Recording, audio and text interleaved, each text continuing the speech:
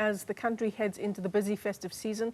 The Mother City is ready, it says, to welcome thousands of local and international visitors. The South African National Parks at SANParks has increased ranger deployments, firefighting capacity, and introduced drone technology to support patrols and emergency response. Let's bring in Megan Taplin. She is the park manager at Table Mountain National Park. Megan, thanks for your time this morning. It's not just about the festive season, is it? It's also about an increase in attacks on Table Mountain. Yes, good morning. Of course, the safety and security efforts that we've been introducing and beefing up over the past year are not just to do with the festive season, although we do expect, an increase in visitors over the season because the trend has shown even across this year that we have got more visitors than last year. And in fact, we have already seen a drop in the number of incidents that have been occurring, safety and security incidents that have occurred in the park over the last few months. Really, since June this year, we've seen a marked drop in incidents that have occurred with visitors, as well as an increase in the number of arrests that we've managed to make of perpetrators. Well, that's certainly good news, particularly for, I suppose, hikers for one. I mean, Table Mountain has, over 800 kilometers of trails that hikers can enjoy. And it's important that they do that without the constant risk to their safety. Yes, of course. We do have, as you said, about 850 kilometers of hiking, mountain biking, and horse riding trails in the park. And most of them are open access, so people can access them from thousands of different points and, go on a lovely experience for free.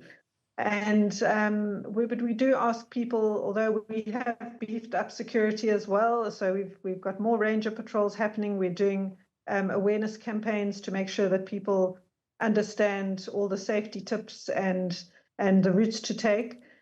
We do also ask people to take care of their own safety as well. Make sure that you walk in groups. Make sure if you don't, the trail that you're walking. If you don't, then why not hire the services of a guide that can show you, or take a map along to make sure that you are acting safely and that you're well prepared for your hike. Yeah, so increased ranger deployment, the introduction of drone technology.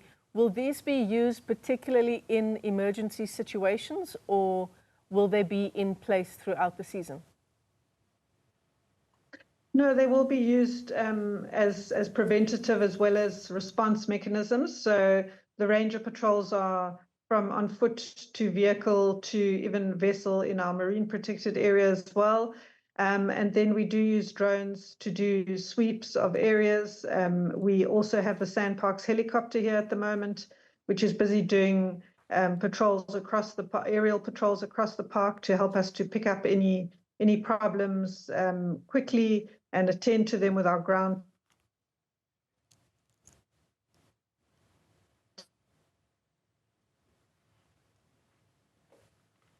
All right, Megan, we seem to have lost you there for a moment. But I think you were just talking about the extent of your ranger patrols. If you wouldn't mind just reiterating that point. Sure. Yes, so we do have, we've increased our number of rangers and we do foot patrols, vehicle patrols, we do vessel patrols. We also have the SANParks helicopter here at the moment to do aerial patrols and enable us to pick up any problems or respond to them with our ground teams. Yeah. I'm going to give it just a second. We do seem to have a shaky connection to you, Megan, but I want to just ask you perhaps one last question about visitors and how they should be preparing if they're going to be visiting any SANParks area.